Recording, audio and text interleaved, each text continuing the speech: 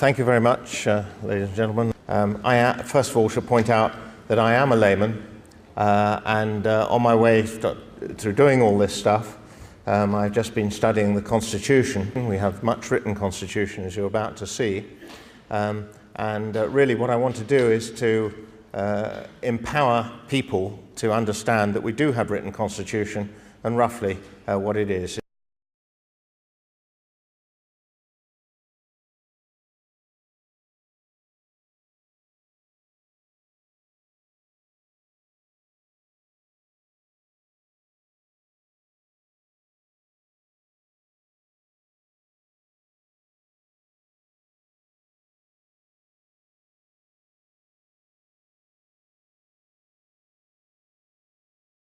So the first thing is that how many times have we been told that we have no written constitution?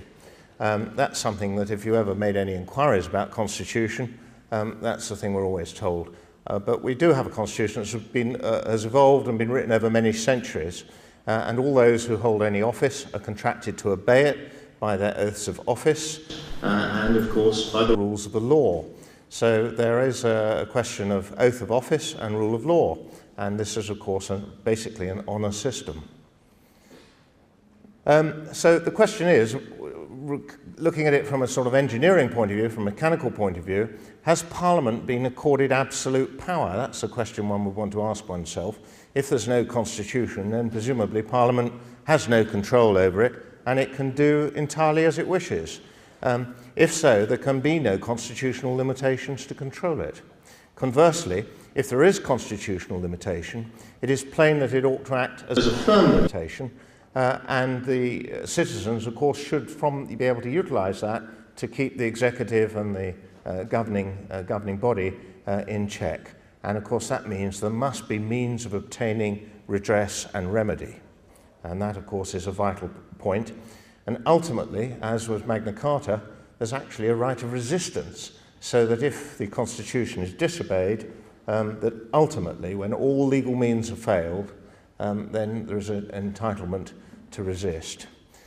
Well, those who say there's no written Constitution, here's a pretty good document, recognised the world over. This is the Magna Carta. There's 4 copies still in existence. 2 are held by the British Library just down the road from here, almost opposite, I think. And this one is Salisbury Cathedral's copy. And of course, this was a document which King John was forced to sign at the time. It's been confirmed, I believe, some people say 32, some people say 35 times, but one way or another there have been disputes about points, important points within it throughout our history, and each time Magna Carta has prevailed. So it's a very important document. It's very fundamental. One of the most important reconfirmations of Magna Carta, for those of you who are not really familiar with history, in 1688 we had what is known as our Glorious Revolution. And there are 2 documents depicted here. The one nearest me is our Declaration of Rights from 1688, and that had a statutory form, the Bill of Rights, which is on the right-hand side there. These are very important and very interesting documents. They exist, as you can see, they're current. That's my hand holding the Declaration of Rights on the left, and that's how I came to start this whole quest, really, was that I knew a little bit from my history at school that we had a settlement, a settlement at the Glorious Revolution, and that we had a Bill of Rights, which was indeed the grandfather of Bills of Rights. It's where the American one came from, as you'll see later, and so on. And so it was obviously a very important document. And I thought that it had come from a Declaration of Rights, and that was about all I knew. And I decided to investigate this, and so I rang up the House of Lords Records Office and said, does such a document still exist, a Declaration of Rights, and may I come and examine it? And indeed I did, and ended up being allowed. They couldn't give me a transcript of it, which is in itself quite remarkable, because of course if this had been anywhere else in the world, this document would have been hugely treasured and on display. And it wasn't even recently the British Library had a freedom exhibition, and I don't think the Declaration of Rights was present there, although they had the Bill of Rights the other document. But the Declaration of Rights is actually the settlement terms of the Glorious Revolution. Now, why this is important is because at that time, the old divine right of kings, where the king was assuming absolute power in 1688 under the Stuart kings, King James and so on, that was put an end to by this settlement. And this particular document, the Declaration, was the fundamental contract by which the whole thing was settled. So we'll come on to that in a little while. But what you have in Magna Carta, and in essence what happened in 1688, incidentally, can comply or can be seen as complying with the terms of enforcement under Magna Carta for claiming redress and remedy. Anyway, what is Magna Carta? Well, one thing, it's a presumption for liberty. It's a limitation of power.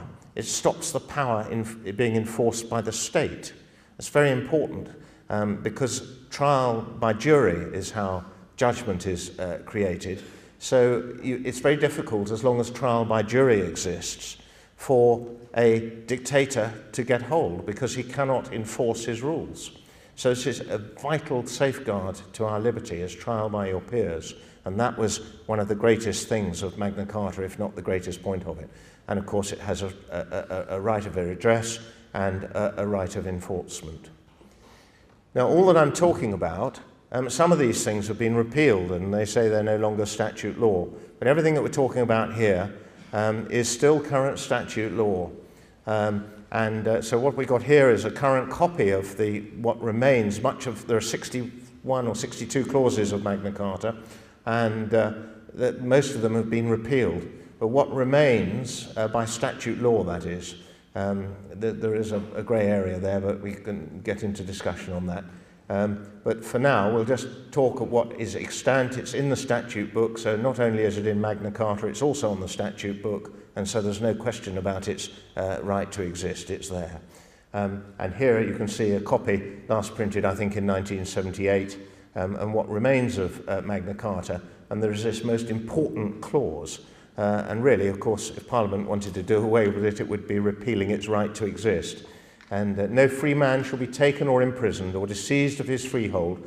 Disseised is to have his freehold taken, to be seized, in other words.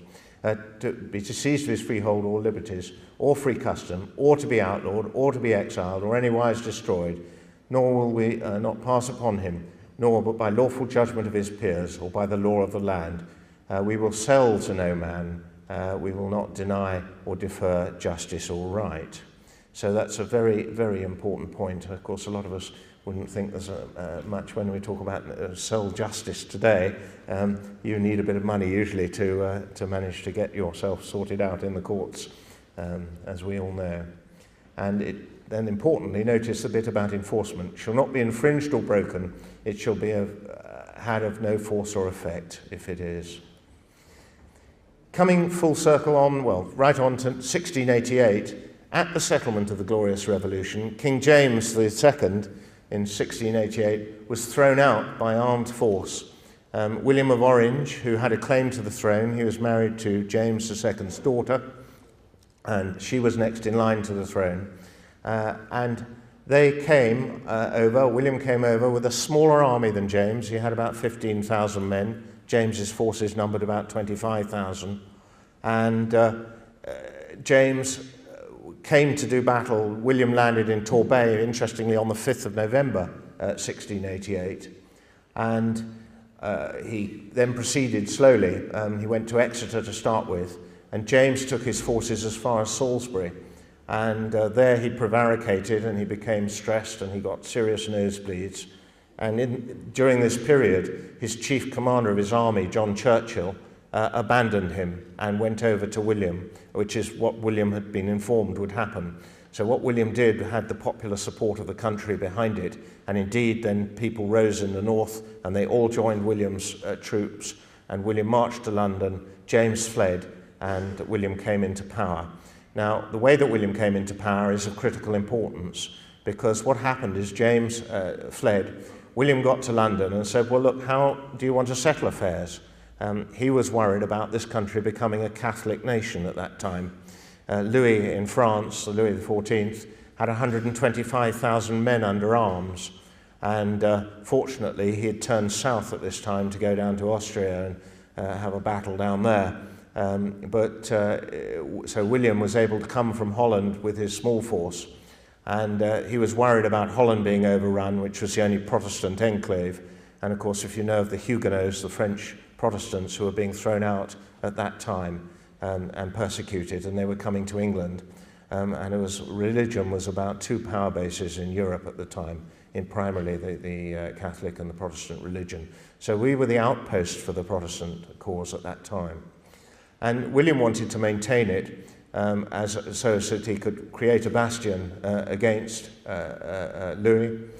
And he came over, he came into London, and he then thought, well, I don't want to be a usurper of power. That wasn't his intention. He wanted a settlement that would last.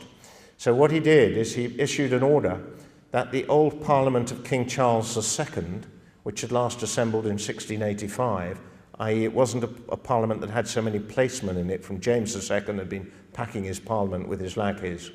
So he decided that they would call the old Parliament, plus the aldermen and many burgesses from around, to a big meeting on the 26th of December in 1688. And as I say, James II had fled to France with his wife. So these people met, they decided that there should be an election, and so they immediately held an election, and they sent people around the country. There was an election, and they formed a new committee, which was known as the Convention Committee, and this was all done by the 22nd of January. It's very interesting, when you go back in these old dates, a lot of you may not know, but the calendar was a different system, and the year changed with Easter. In 1688, it was actually the year change from 1688 to 9 was on the 25th of March. So it was centered on the religious point of Easter. And the thing here is that a lot of the time people have got confused about dates, because what is in fact January 1688 we would think of as January 1689. So it's, I'll talk about it as 1688-9, and then it will clarify that for you. So we come to January. This convention met, and they assembled on the 12th of, on the 22nd of January, and they assembled till the 12th of February. And they decided that James had done principally 13 things in principle that were wrong, and that he had abused the system and the rule of law, and that there were 13 ways in which they should be put right. And they wrote that up into this important document, the Declaration of Rights, and then they engrossed and enrolled it and put it in the Chancery. So in other words, it became an official document, and it's probably the only document in the Chancery, where all the statutes are stored, that isn't actually a statute. And what it said was that James had done the things wrong, this is how they should be right, James had fled the country, and because he'd fled the country, the throne was thereby vacant, and that they would offer William and Mary the crown under the terms of this contract. And so it says on the bottom of the document, we pray you accept the same accordingly.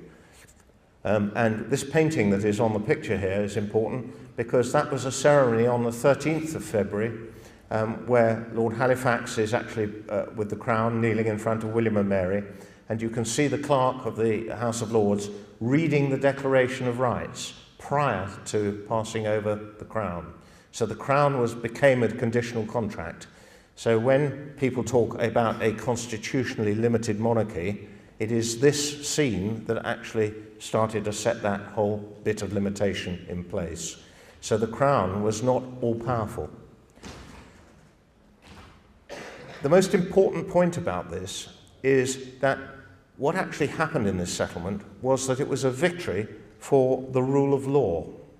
And it wasn't a victory for Parliament, as people like to say Parliament, meaning today really the Commons and just about the Lords. But it was a victory for the rule of law. To be king or commoner, the law is above you. That is a principle that is enshrined here. And so the Revolution of 1688 was a victory for the supremacy of the law and the separation of powers, i.e. the Magna Carta business of having trial by jury and so on. Power limited by a contract between the people and the monarch to reaffirm the superiority of the rule of law. It was not a victory for Parliament over the Crown or monarchy, as it is frequently and usually portrayed by many politicians. And this is a vital point, because the priority is the rule of law. And the proof of this is very simple.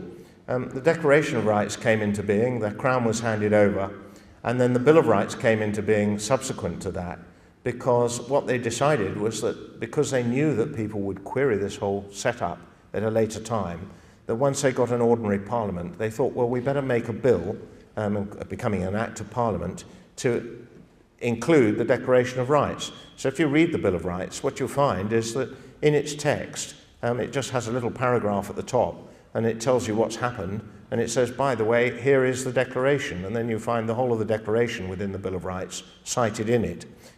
So you can read the Declaration within it, and then there's more added to the Bill of Rights. But the point is that in the Stuart kings claimed absolute power, and that was wrong. Power was never absolute. They had usurped it. And the power that the Crown rightly possessed before the Glorious Revolution, it possessed afterwards. And so there was no transfer of power to Parliament. And these words in red of the Bill of Rights make that utterly clear. And it tells you what had happened, and here it is. And to whose princely persons the royal state, crown, and dignity of the said realms, with all honours, styles, titles, regalities, prerogatives, powers, jurisdictions, and authorities to the same belonging and appertaining, are most fully, rightfully, and entirely invested and incorporated, united and annexed. So that's wonderful language, and you can see it doesn't leave much out. Everything that the Crown rightfully had beforehand, it would have thereafter. The other great change came in the form of the coronation oath. They decided that, having got a new king and queen, we must have a coronation oath written down in an Act of Parliament. And here is that document, and it's probably the most significant document in terms of our, the being of England and Great Britain, the forming of Great Britain from this period, because the world was really changed by the words on this enactment. And what happened is it says, Archbishop or Bishop shall say, will you solemnly promise and swear to govern this people of this kingdom of England and the dominions thereunto belonging, according to the statutes in Parliament agreed on, and the laws and customs of the same. Now those words in red were not in the old Stuart oath, and so the old Stuart kings had been able to deny that they were bound by the statute law. But now here, very plainly, was an enactment for the oath, which was then subsequently sworn at the coronation, and the statutes in Parliament agreed on were included in the coronation oath. So there was a contract, quite plain, with the people. And this created very definitely a constitutionally limited monarchy, bound by the custom, the law, and the statute, and of course the oath. And clearly the prerogative power, therefore, of the Crown couldn't be used in any way to be in repugnance with the basic and fundamental laws of the kingdom. The laws in particular, that controlled the use of the Crown. The Bill of Rights is one such law. Royal assent is a prerogative of the Crown under constitutional restraint. Well, you're beginning to see that. And therefore it is a matter of law and custom. And there are these most important words, once again. It's a great privilege to be able to go to the House of Lords Records Office and find these documents. After all, this was written in 1689, because it was actually April that the coronation was, I think, on the 16th of April, 1689. And to be able to find these things and actually look at the original thing is something, really quite special. To bring us up to date, here is Elizabeth and her father's coronation oaths.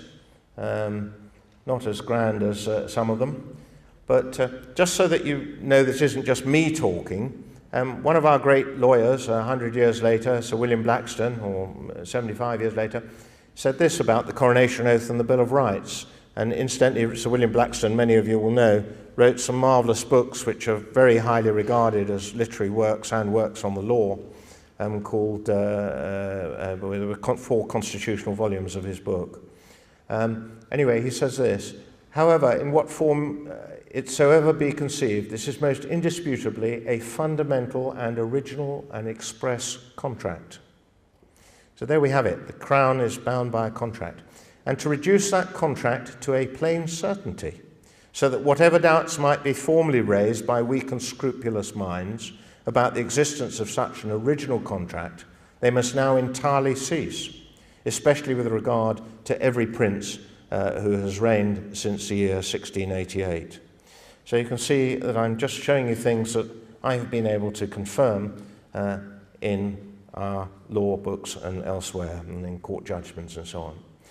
So I thought, well, this is terrific. I think I found a limitation to Parliament's power, because Parliament always says it can do what it likes, it can do anything. So I thought, right, we better ask a question. So I got my MP, Howard Flight, who kindly went along with this idea, to pose a question of Tony Blair back in 2000, it was July 2000. And I thought, well, let's ask the Prime Minister whether he could recommend a breach of the coronation oath, because that ought to be a fundamental thing. Let's see if they feel if they can do what they like, they can recommend a breach of the coronation oath. It's a bit difficult to see how Her Majesty could agree to a breach of her oath. So I wrote the letter, and Tony Blair couldn't answer it himself, which is really hardly surprising now. He got Jan Taylor. The Prime Minister has asked me to arrange for a Minister of the Home Office to reply to you direct. I actually find that quite astonishing. It's a very simple question, and there's no doubt what the answer ought to be. We all know that. But anyway, Jack Straw was then Home Secretary, and he wrote back, I can confirm that the coronation oath is a solemn undertaking by the Sovereign and is regarded as binding throughout her reign. Binding throughout her reign, strong words. Her Majesty would not be advised to give her assent to a provision which contradicted that oath. Wow, we're getting somewhere. Some limitation. So let's just go back and have another look at the Coronation Oath Act. And on Acts of Parliament, you have a part which is called the preamble, obviously, at the beginning. And it's very interesting. Here's the preamble to the 1688-9 Coronation Oath Act.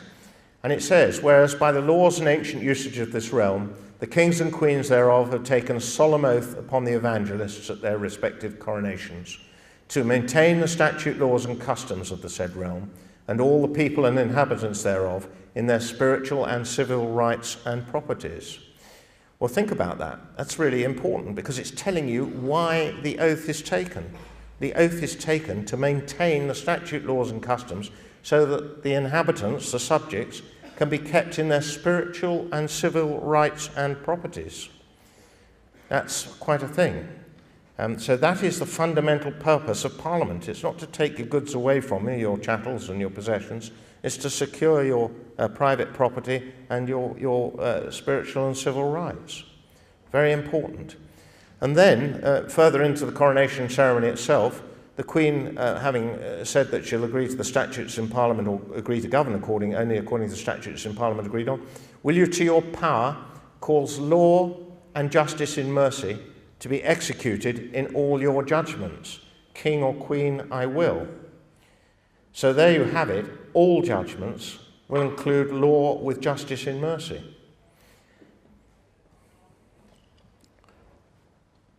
The things which I have herebefore promised, I will perform and keep, so help me God.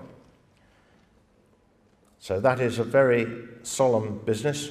The Queen is in effect elected at her coronation. Of course, there's no objections in recent times. I think you have to go back to, I don't know, times of Alfred or whatever, but technically it can be conceived as an election. Amazing what you can get on the internet this day and age. A very good friend of mine who actually got me started on this whole thing, a chap called Mike Burke, discovered this on eBay for about £7, and it's actually a line print, as you can see, of that ceremony in the Mansion House, in the Banqueting House, of the Declaration of Rights being read to William and Mary. And interesting, this dates from the 1750s, and notice that the title at the top says, the Clerk of the Court reading the Bill of Rights, well, it should really be the Declaration, but the Bill of Rights to the Prince of Orange in the banqueting, or Prince and Princess of Orange, to the Banqueting House at Whitehall, previous to the offering of the crown. So there is an interesting thing. What we have is we have a set of conditions under which the crown was offered.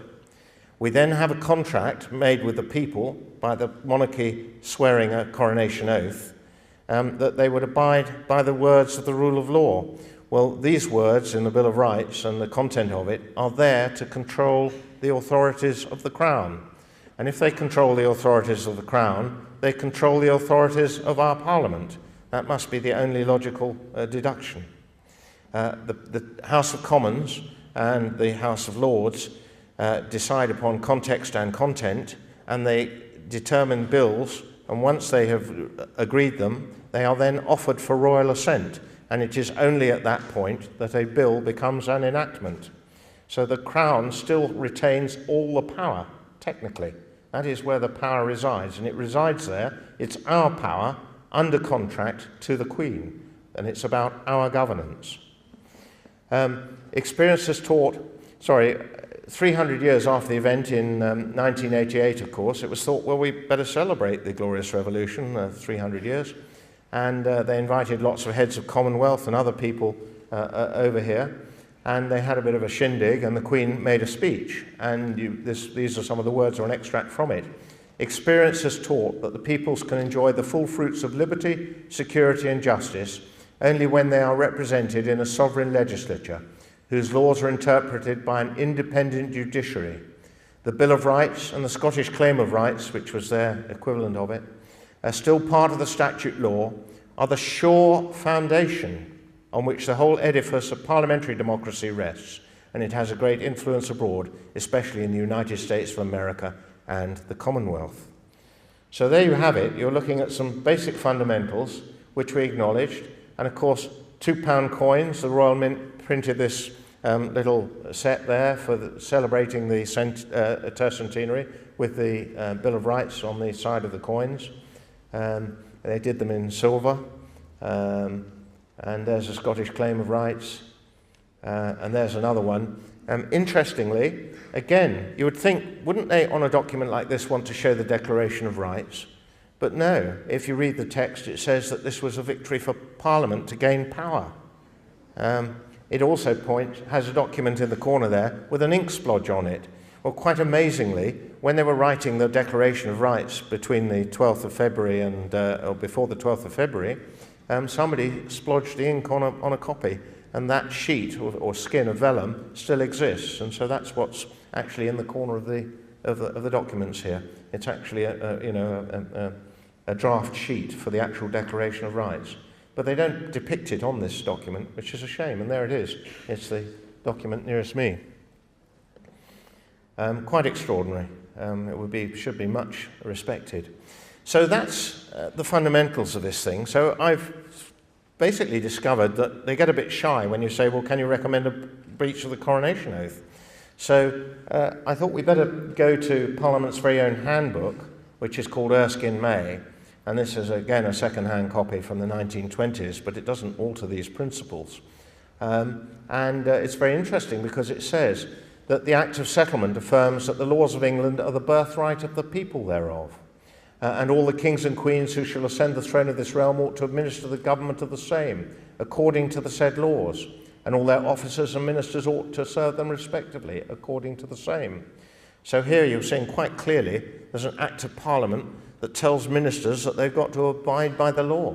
The succession of the Crown Act, which was an anti-Jacobite act in 1707, declared it high treason for anyone to maintain and affirm by writing, printing or preaching that the kings or queens of this realm, by and with the authority of Parliament, are not able to make laws and statutes of sufficient force and validity to limit and bind the Crown and the descent, limitation, inheritance and government thereof. Interesting point, isn't it? Nor was this a modern principle of constitutional law established for the first time by the Revolution of 1688. If not admitted in its whole force so far back as the Great Charter of King John, it has been affirmed by Parliament in very ancient times. So there we have it. That's Parliament's own handbook saying, well, wait a minute, we've got the rule of law here. So the rule of law is not just do as we say. The rule of law is a principle. It is a principle about how we shall be governed. And that, of course, is vital, because if it's a principle about how we shall be governed, it probably sets out how we can get redress and remedy. The Act of Settlement, again, this was passed in 1701. I won't go into details on it, but there it is. That was the original one.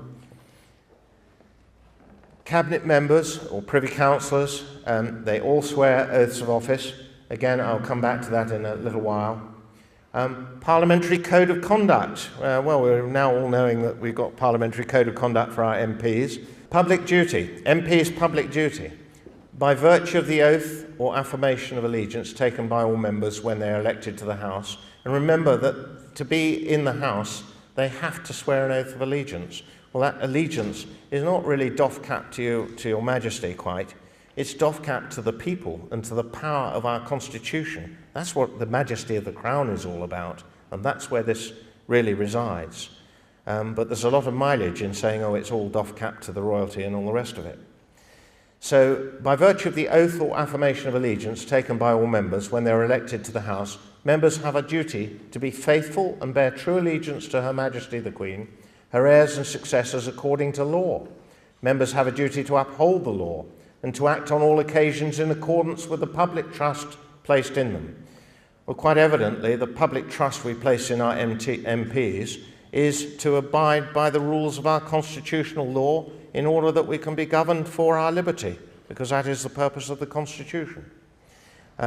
It took me nearly 10 letters to get out of the Lord Chancellor's office I would agree that we're all subject to the rule of law and that this is a fundamental and an essential principle of democracy.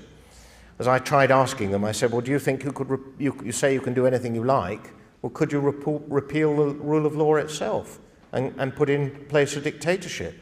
Because that's the ultimate goal if you can govern everything. And of course, eventually, I cornered them into that reply. So what you're learning now is that the Constitution ought at least to be all-powerful. Parliament is only a component under the Constitution. It's a subordinate component of it. It's the law-making body of the Constitution. Our Constitution does not empower Parliament with unlimited or absolute power. Well, clearly the Queen shouldn't breach things that go against the terms of her coronation oath. And therefore, ministers, if they can't advise its breach, again, you can see how it all contracts down and starts to create limitation. Upholding our Constitution is the preeminent public duty of all who hold office. Well, of course, that must be the preeminent duty. And it should obviously, therefore, always be their certain policy. Well, we know that that part has fallen to pieces. And indeed, they've done some downright opposing things. The people's liberty is ultimately upheld at the discretion of our juries. And there was a very interesting case on this. Perverse verdicts, the ultimate common law proof as to the limitation of statute power. A jury may never be directed to give a guilty verdict. Now, just to show you how far things have gone, there was a chap called Wang who I think in 2002, 2003 was having a pee in a railway station, and he had his bag mugged from him. And the chap picked the wrong bloke because Mr. Wang just sorted himself out and grabbed his phone and chased after the mugger who he saw ducking around the end of the platform somewhere, caught up with him. And by that time, he'd managed to get the emergency services on the phone and call for the police. And the mugger had just unzipped the bag and found a samurai sword in the bag and said, well, you won't be calling the police, will you, because you've got an edged weapon in a public place. And Wang said, well, I'm having none of that. And of course, the police came, and we know what would happen. Of course, they arrested both of them, and indeed, Mr. Wang got taken to court. And the judge, this is the absolutely incredible bit of this case, the judge said, oh yes, that's a regulatory thing, you're guilty, and told the jury that he was guilty. So that was the direction. And of course, it was appealed, and it was appealed into the House of Lords, and there was a unanimous verdict in which Bingham gave judgment, and the Lords, bless them, said we can consider that there are no circumstances in which a judge may direct a jury as to somebody's guilt. Now, this is terribly important because technically, Mr. Ponting, if you remember the secrets case in the late 90s when he blew the gaff on Home Office cover-up or whatever about secrecy laws, Ponting was taken to trial, and undoubtedly he'd broken the Official Secrets Act. But the jury gave a not guilty verdict. Now that is the real strength of jury power. and it protects you, me, and all of us in this nation from oppressive measures. So the jury is a common law council of whether it thinks a measure is oppressive or not. Generally, of course, if a felon is brought before the court and he's done something wrong, a jury will be as shocked as ever.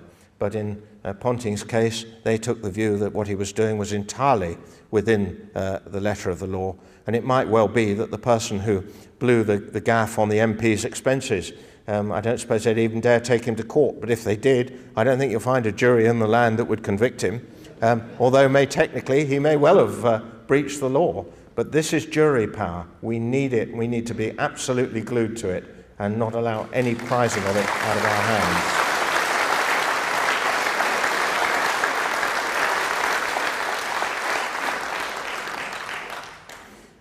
To go the other way, to see what happens when autocratic power takes hold, Henry VIII, and this is the earliest document that I've handled as such, had an act against poisoning back in 1531. And he thought that poisoning was a particularly dastardly thing to do. And the Bishop of Rochester's cook, one Richard Rose, had poisoned the staff in the palace and tried to poison the bishop himself. And one Alice Trippitt is recorded on here as dying. It says it's a bit unclear because it talks about 17 being mortally affected. So I don't know whether it kills 17 people or not, but it actually only declares poor Alice Trippitt as having died. Anyway, that is the power of these bits of paper or parchment. This act was an act against poisoning. And what did it do? Henry VIII wanted to set an example. So poor old Richard Rose, Richard Rose shall therefore be boiled to death. And indeed, he was boiled to death, and I'm able to confirm that in some other parliamentary books that I have, which were printed in the 1750s. Hall mentions another act, that those who poisoned any person should be put into hot water and boiled to death. This act was made, adds he, because one Richard Rose in the Parliament time had poisoned divers persons in the Bishop of Rochester's palace, for which fact he was duly boiled to death in Smithfields. So that makes you think about it a bit, doesn't it? It brings a bit of reality to this. Now then, excessive bail ought not to be required, nor excessive fines imposed, nor cruel and unusual punishments inflicted. That is one of the 13 clauses and the remedy, or rather, for one of the wrongs that James was about. And that is in the Declaration of Rights, and of course it is therefore in the Bill of Rights. That excessive bail ought not to be required, nor excessive fines imposed, nor cruel and unusual punishments inflicted. Well, cruel punishments did go on, and they went on for much longer into Nelson's Navy. I think we had, or certainly had floggings much more recently, but keel hauling, which was a particularly nasty punishment, but it was the usual naval punishment for certain crimes. So what this clause did is it had a civilizing influence, and by and large I think it stopped the hang-drawing and quarterings, which were very grotesque business for those who committed treason. If you ask the man in the street, what about Constitution? Generally we get, oh, well, we don't have one, but the Americans have got one. So let's have a look at the American Constitution, because didn't they use exactly the same principles as we did? A lot of them, after all, were Englishmen who had got fed up here and didn't like paying too much tax, so they went abroad. And yep, they had their Bill of Rights, and here it is. And the whole thing is built on exactly the same thing. It's principles written down, known and declared beforehand, which is called law, written law, statute law, and oaths of office and honour to bind this whole lot together so that they shall be obeyed. And, of course, that there's means of redress and remedy in event that they go astray. And interestingly, not only did the Americans make their Bill of Rights, they actually copied bits of it word for word from our own. And so here you can see excessive bail shall not be required, nor excessive fines imposed, nor cruel and unusual punishments inflicted. And there it is as article, the 10th article. And those words, of course, come directly from our Bill of Rights. So everyone talks about having a Bill of Rights and the American Bill of Rights and all the rest of it. Well, actually, we've got the granddaddy. There he is. And it's a tremendous document, and it's very powerful indeed, in my view at least. Of course, Americans expect their law to be obeyed. And of course, what happened, it doesn't actually say, oh, you must obey the law and get on with it. They had a court case, a very important court case in 1803 called Marbury versus Madison. And in it, two laws came into conflict. One was constitutional and one was just made by Congress. And Chief Justice Marshall declared that in any such conflict between the Constitution and a law passed by Congress, the Constitution must always take precedence. Well, that's obviously the logic and the natural thinking that you would expect of it, isn't it? But it's never happened. We've never had a Marbury versus Madison in this country. We have never actually. There are court cases that you can read, and probably the most recent one was the fox hunting case, in which there was just about mention that possibly the law lords could actually overturn an act of Parliament. Well, surely if you've got constitution, you ultimately need redress and remedy. And sure, the act shouldn't get through in the first place, but if they do, then surely we ought to be able to go peaceably to our courts and get them declared void. And that is something that hasn't happened here, but did happen in America, and that is the only reason that the American Constitution is so revered by their people, simply because they have had such a court case. Now, of course, there is a right of petition. We have a right of petition here to the Crown, and the Americans copied that bit too. So, because that's a bit that connects them with their Constitution, to petition the government for redress of grievance. And that, of course, comes out of the Magna Carta as well. We come through to 1930s, and a very astute man called Lord Hewitt of Bury was our Lord Chief Justice, and he wrote a book as a sitting Lord Chief Justice called The New Despotism. And chapter 4, believe it or not, was called Administrative Lawlessness. Well, coming from a Lord Chief Justice to see something like that didn't go down so well. Anyway, that manifested itself in a committee sitting called the Committee of Ministers' Powers. That had upset the balance of things, and so they thought, well, we better see what he's complaining about. And indeed they did, and this report, the Ministers' Powers report, is important because it decided what were the rightful powers of ministers. Because up to that time, what had been going on is that they'd started, particularly after the First World War, putting clauses into Acts of Parliament saying, you're the Minister of a Department, Minister, and therefore you may have transport under your command or whatever it is, agriculture, fisheries, food, whatever, all those things. But you can make the rules and regulations for your department. And the rules, this is an enabling act giving you authority to make the rules, and you can sit at the tribunal as in the final arbiter of it. And so, of course, this was all, of course, subordinate to the true rule of law. This was creating an administrative system. And Hewitt said, well, actually, what you're doing is licensing lots of despots in the form of the ministers themselves and their systems. And there was a very good bit of text in the beginning of this report. It's a very good report, and I'll just read it to you because it's a most remarkable bit of wording. The most distinctive indication of the change of outlook of the government of this country in recent years has been its growing preoccupation, irrespective of party, with the management of the life of the people. A study of the statute book will show how profoundly the conception of the public function of government has altered. Parliament finds itself increasingly engaged in legislation which has for its conscious aim the regulation of the day-to-day affairs of the community, and now intervenes in matters formerly thought to be entirely outside its scope. This new orientation has its dangers as well as its merits. Between liberty and government, there is an age-long conflict.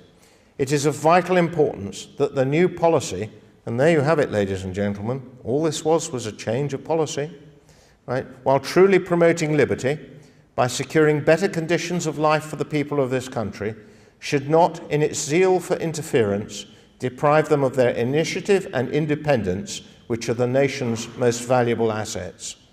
Well, that was a passage from another report by Lord Macmillan, and I think you'll agree that there's a great deal of that echoes today, and that was back in 1929, 1930. What happened is that the Minister of Power's report came in 1932, and it criticised the way things were going, and said that, look, if ministers are going to run departments, instead of them just making lots of rules and regulations, all these rules and regulations ought to be numbered and properly written down and to some extent approved by Parliament, if not in a whole statutory format, will create something which they did call the statutory instrument.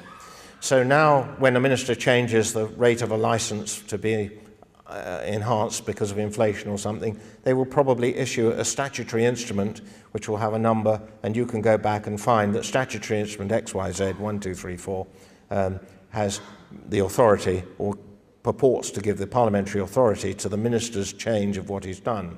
And of course, statutory instruments may be challenged because now, if a minister acts in creating statutory instruments beyond the scope of his office, then he shouldn't do so.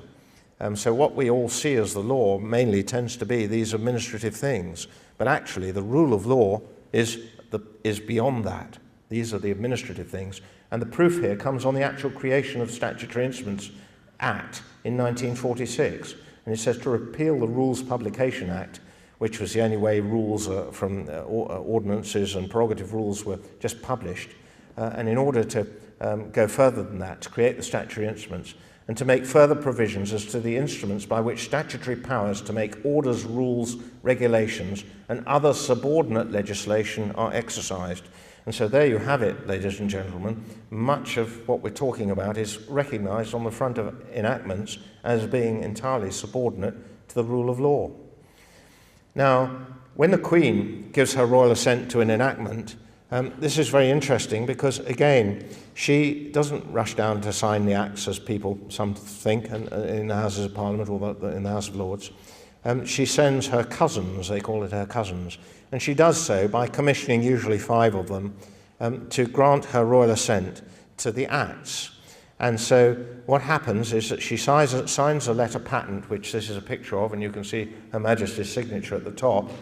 And then at the bottom, unfortunately, it's a photocopy, but that would be the Great Seal of England on the bottom. It's a big red sealing wax seal, of course, with the royal seal, or the seal of England.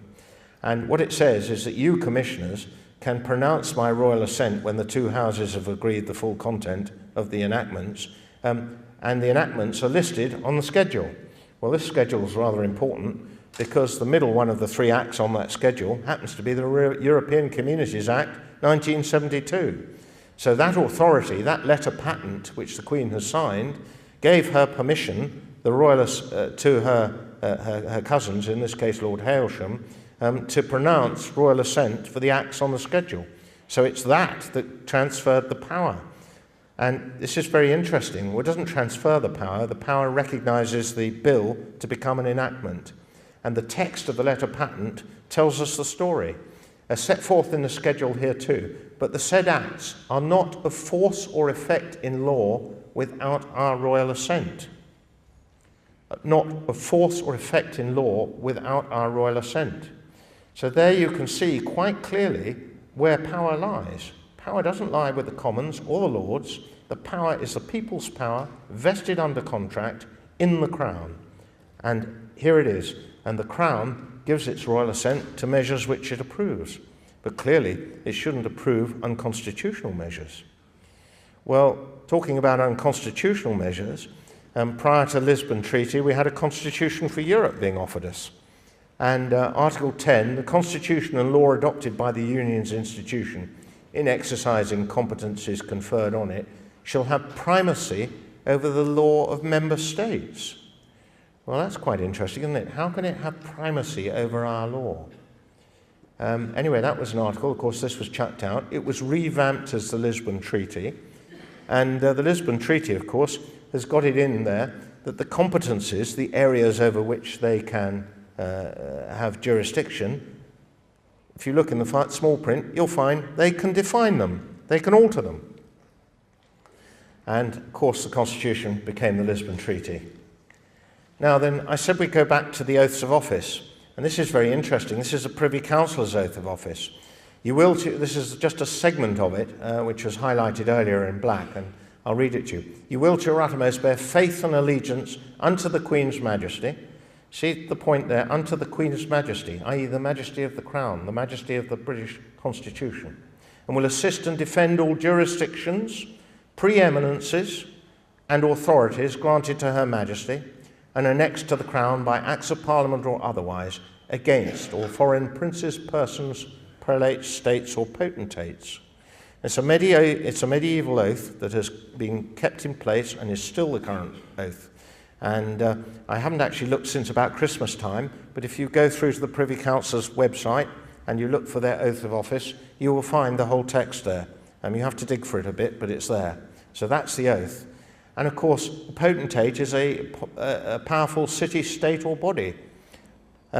Well, how on earth can we have preeminence if suddenly we don't have preeminence?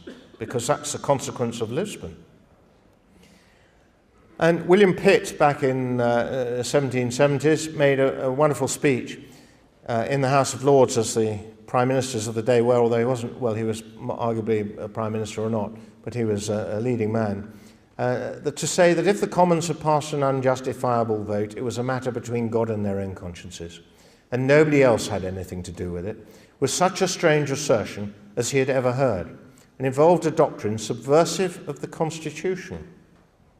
What if the Commons should pass a vote abolishing this House, abolishing their own House, and surrendering to the Crown all the rights and liberties of the people? Let's think about those words, surrendering to the Crown all the rights and liberties of the people. Very important, meaning that the Crown has taken over all the rights and liberties because it has gained absolute authority over everything. So what if the Commons should pass a vote abolishing this House, abolishing their own House, and surrendering to the Crown all the rights and liberties of the people? Would it only be a matter between God and their own consciences? Would nobody else have anything to do with it? You would have to do with it. I should have to do with it. Every man in the kingdom would have to do with it, and every man in the kingdom would have a right to insist upon the repeal of such a treasonable vote, and to bring the authors of it to condign punishment. I therefore again call upon the noble Lord to declare his opinion, unless he will lie under the imputation of being conscious to himself of the illegality of the vote, and yet being restrained by some unworthy motive from avowing it to the world. Lord Mansfield replied not. So I think you can see that the Constitution gives supremacy to the law, not to Parliament. The coronation oath is definitely a contract by which we must be governed. It secures the supremacy of the law over both Parliament and the Crown. To pass powers of governance to those who owe no allegiance to the Crown, and thus the people, is unconstitutional. 2, to pass power to the unaccountable, the unelected, and the not removable by the electorate of the UK is also unconstitutional. Acceptance of the supremacy of EU law is a subordination of our Constitution to a foreign power. One cannot say otherwise. To accept the supremacy of EU law, the Queen will, of necessity, have to renounce her coronation contract to facilitate the dismantling of our existing Constitution or be put in breach of her oath. Now, if you think about the logic of that, how could the Queen accept other preeminences over us? And indeed, a situation arose between the King of the Belgians and his coronation contract, and he did indeed abdicate and have a new coronation oath over Catholicism. And that was fairly recent. I think it was in the late 90s. But this is an important point. So you can see that principle ought to hold. But of course, what's happening with us is that all the principles are being swept under the carpet and nobody's seeing them, but they are certainly there to be found. I hope I'm digging some out for you. Bowles versus Bank of England in 1912, very important case. For those of you who remember your history lessons a little bit, the budget failed in 1910, and Mr. Bowles was obviously a very wealthy man. He had dividends from shares of about £30,000, but the budget went down. And one clause of the Bill of Rights is no taxation without representation, i.e. an enactment of Parliament. There cannot be taxation by the Crown directly. There must be an act of Parliament to justify it. So he said, well, your budget's failed. You can't have your dividend. And the taxman said, no, we're taking our dividend. Bad luck. So he went to court and got this judgment. The Bill of Rights still remains unrepealed. No practice or custom, however prolonged or however acquiesced in on the part of the subject, can be relied on by the Crown as justifying any infringement of its provisions. Strong words, any infringement of its provisions. And then an issue over television licenses. Mr. Congreve, who I believe was the Queen's solicitor, very astutely realised when colour televisions were coming in and everybody had black and white televisions, that they thought that they suddenly realised there was a great opportunity to get some more tax. Suddenly we won't just have a television licence, it'll be a black and white licence and a colour licence. So we'd all held television licences, those that had black and white televisions, as that was the only thing that was around. Suddenly colour comes on the scene, so the Home Office suddenly announced that the television licence will be turned into a black and white licence at 12 quid, and you'll have to, if you want a colour television, you'll have to pay 18 quid for your new colour television licence. And Congreve went out and bought a television licence the day or two before they changed the system. So he had a year to run with a television licence. And he, of course, paid his £12, not £18 as was being demanded. Well, the Home Office, it got publicised in the press, and 44,000 other people went and did the same thing, and good on them. And, of course, he went to court and defended the situation, because the Home Office sent demands to everybody and said, oh, you've got to give us your extra £6. You've got a colour television, haven't you? And they said, no, our licences last for all but a year now. And of course, it got to court, and Denning said this: there is yet another reason for holding that the demand for £6 to be unlawful. They were made contrary to the Bill of Rights. They were an attempt to levy money for the use of the Crown without the authority of Parliament, and that is quite enough to damn them. Strong stuff. Now, another feature of the Bill of Rights is parliamentary privilege, so that to make sure that MPs can't be sued for nasty things they might say about any of us in the House, and rightly so, they are under a system of privilege. And that privilege is recorded in the Bill of Rights. Marvellous. So you can imagine that when this was questioned as an issue, the Speaker, back in '93, Madam Speaker, the question of parliamentary privilege had arisen in a now well-known court case called Pepper versus Hart. Madam Speaker, the Bill of Rights will be required to be fully respected by all those appearing before the courts. So when it's a matter of parliamentary privilege, they want it fully respected. When it's a matter of the subject's liberty, it may be a little tougher. This privilege is confirmed in the Declaration and Bill of Rights, and it's what is known as Article 9, but it's not actually known by number in the documents. When Mr. Blunkett lost an issue of asylum seekers, that got in the press, and it was taken up by the Times, and Camilla Cavendish, the reporter here, asked Lord Wolfe about the issues, and because the Lords, in effect, were getting close to saying that the enactment couldn't apply. Lord Wolfe asked what would happen if there had been a clash between parliamentary sovereignty, which of course it means that we're above the law and you do what we say, and the rule of law. His sober answer was that the question ought not to be asked. Well, of course he's right. Technically it ought not to be asked, because Parliament ought to abide by all the constraints upon, the constitutional restraints upon it. But he said his sober answer was that the question ought not to be asked, but it must be. That were the words from Camilla Cavendish. Going back to Lord Hewitt, amazing how studying some of these legal things gets you a tremendous insight into what's going on. But how far more attractive, and this was Hewitt talking about the rules of administrative law, rules and regulations under subordinate measures being used to undermine the rule of law itself. And his complaint was that what they were doing was setting up administrative tribunals so that, in effect, you couldn't get to the courts. It wouldn't be a matter for the people. You would go before a tribunal, and the tribunal would decide the issue. And that's, of course, what's happened, and very often at the top of the tribunal, you've got the Home Office, the Minister or whoever in charge. And Hewitt recognised the problem and put it like this: but how far more attractive to the ingenious and adventurous mind to employ the one to defeat the other, and to establish a despotism on the ruins of both. It is manifestly easy to point to a superficial contrast between what was done or attempted in the days of our leastwise kings and what is being done or attempted today. In those days, the method was to defy Parliament, and it failed. In these days, the method is to cajole, to coerce, and to use Parliament, and it is strangely successful. The old despotism, which was defeated, offered Parliament a challenge. The new despotism, which is not yet defeated, gives Parliament an anaesthetic. The strategy is different, but the goal is the same. It is to subordinate Parliament, to evade the courts, and to render the will or the caprice of the executive unfettered and supreme. Now that was 1929, so you can see that he got a pretty good handle on what principles and what the change of principles could do to us. Thank you very much.